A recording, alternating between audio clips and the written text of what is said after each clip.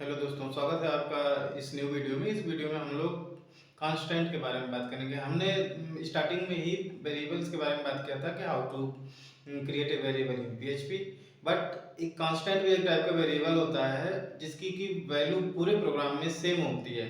उसी के बारे में आज हम यहाँ पे बात करेंगे कि कांस्टेंट कैसे बनाते हैं। तो कांस्टेंट बनाने का सिंपल तरीका होता है, हम यहाँ पे सीधे एक प्रोग्राम लिख के ही स्टार्ट करते हैं। हमने यहाँ पे एक पीएचपी का प्रोग्राम लिख लिया, पीएचपी का टैब ओपन किया। उसके बाद एक फंक्शन होता है डिफाइन। डिफाइन डिफाइन के बाद हम यहाँ पे वेरिएबल का नेम देते हैं। जैसे हम इसके पहले प्रोग्राम में वेरिएबल का नेम कैसे देते थे, $a इक्वल टू उसकी जो भी वैल्यू होती थी, $b इक्वल टू हेलो। अगर हमें स्ट्रिंग में वैल्यू देनी होती, इंटीजर वैल्यू देनी होती थी तो हम ऐसे यूज करते थे। बट यहाँ पे हम क्या करेंगे, एक डिफाइन फंक्शन का यूज करेंगे और इसमें वेरिएबल का नेम देंगे विदाउट डॉलर। यहाँ पे अब डॉलर नहीं लगेगा। यहाँ पे हम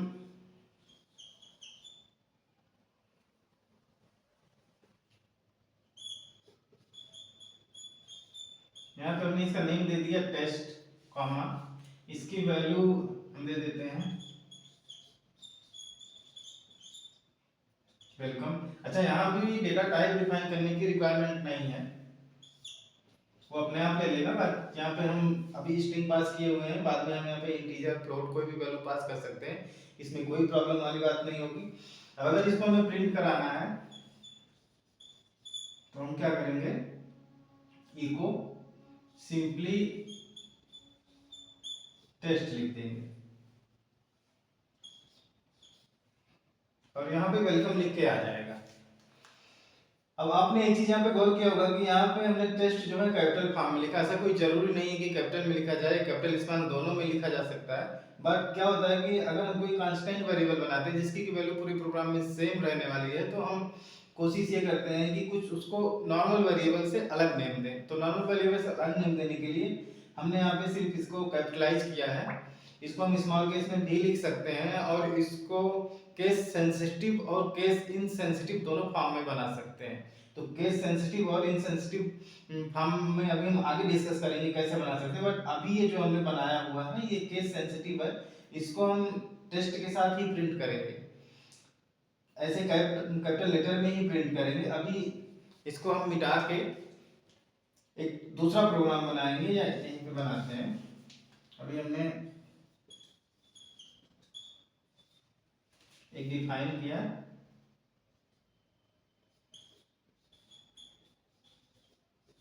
डेमो नाम हमने उस वेरिएबल का दे दिया और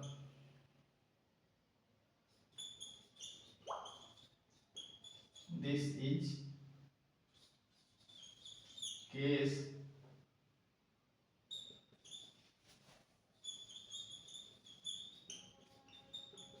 इनसेंसिटिव। तो केस इनसेंसिटिव करने के लिए हमें क्या करना होता है, यहाँ पे एक और वैल्यू पास करना होता है, तीसरा पैरामीटर। अभी हमने दो पैरामीटर पास किया था, यहाँ पे टेस्ट वेरिएबल का नेम और दूसरी उसकी वैल्यू। यहाँ पे हमने क्या किया, डेमो वेरिएबल का नेम, ये उसकी वैल्यू और ये ट्रू। तो ये ट्रू क्या करेगा, इसको इनसेंसिटिव बना देगा कि अगर आप कैपिटल में इसे कॉल करेंगे तो भी ये प्रिंट करेगा दिस इज केस इनसेंसिटिव। अगर आप इसको स्मॉल में कॉल करेंगे तो भी यही सेम वैल्यू प्रिंट करेगा। मतलब दोनों ही तरीके से हम इसको कर सकते हैं। तो अगर हम यहाँ पे करेंगे इको डेमो तो भी वही चीज प्रिंट होगा। हम यहाँ पे करेंगे इको डेमो तो भी वही चीज प्रिंट होगा। तो दोनों ही केस में हमें वो वैल्यू मिल जाएगी। बट इस केस में हमें कैपिटल में ही करना रहेगा। बाय डिफॉल्ट जो होता है वो केस इनसेंसिटिव होता है। अच्छा, केस इनसेंसिटिव हम वैसे भी कर सकते हैं, अगर यहाँ पे हम ट्रू की जगह फॉल्स लिख देंगे तो केस इनसेंसिटिव फिर से भी हो जाएगा। तो लेकिन नॉर्मल भी अगर हम तीसरा पैरामीटर नहीं पास करते हैं तो भी हमारी जो वैल्यू है केस इनसेंसिटिव होती है। जिस केस में अगर यहाँ पे स्मॉल लेटर में लिखा होता तो हम स्मॉल लेटर में ही यहाँ हमें कॉल करना पड़ता, लेकिन यहाँ पे हमने तीसरा पैरामीटर पास किया, ट्रू किया। और इस केस में क्या होगा कि अगर हम कैपिटल में कॉल करेंगे, प्रिंट करेंगे या यूज करेंगे, कुछ भी करेंगे तो भी वो वैल्यू हमें मिलेगी। अगर स्मॉल में करेंगे तो भी वो वैल्यू हमें मिलेगी। लेकिन इस केस में हमें जिस फॉर्म में लिखा है उसी फॉर्म में मिलेंगे। और इसको अगर हमने यहाँ पे फाल्स कर रखा है तो भी जिस फॉर्म में हमने लिखा है कैपिटल में स्मॉल में, ऐसा भी हो सकता था कि पहला कैरेक्टर कैपिटल होता बाकी सारे स्मॉल होते, जो भी है जिस केस में भी हम लिखेंगे, जिस तरीके से भी हम लिखेंगे वो तरीका ही हमें यहाँ पे यूज करने के लिए यूज करना पड़ेगा। उस वेरिएबल की वैल्यू को चाहे प्रिंट करना हो, चाहे किसी ऑपरेशन में यूज करना है, किसी भी तरीके से उसको अपने प्रोग्राम में यूज करना चाहते हैं तो वो उसी फॉर्मेट में हमें लिखना पड़ेगा।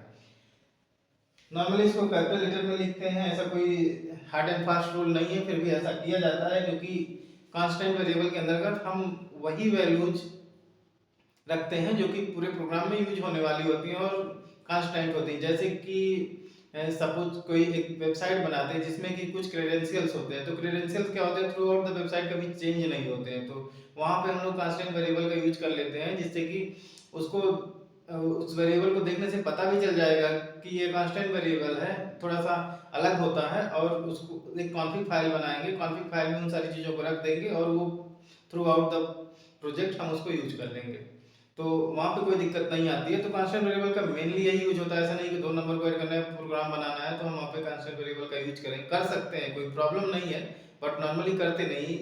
एज पर स्टैंडर्ड इसका यूज कॉन्फ़िगरेशन फाइल्स में ज़्यादा किया जाता है। तो आई थिंक आपको कांस्टेंट वेरिएबल कैसे बनाते हैं, इसका क्या यूज है, थोड़ा क्लियर हुआ होगा यहाँ पे। अगर आपको वीडियो पसंद आया तो वीडियो को लाइक कीजिए और मेरे चैनल को सब्सक्राइब कीजिए। अगर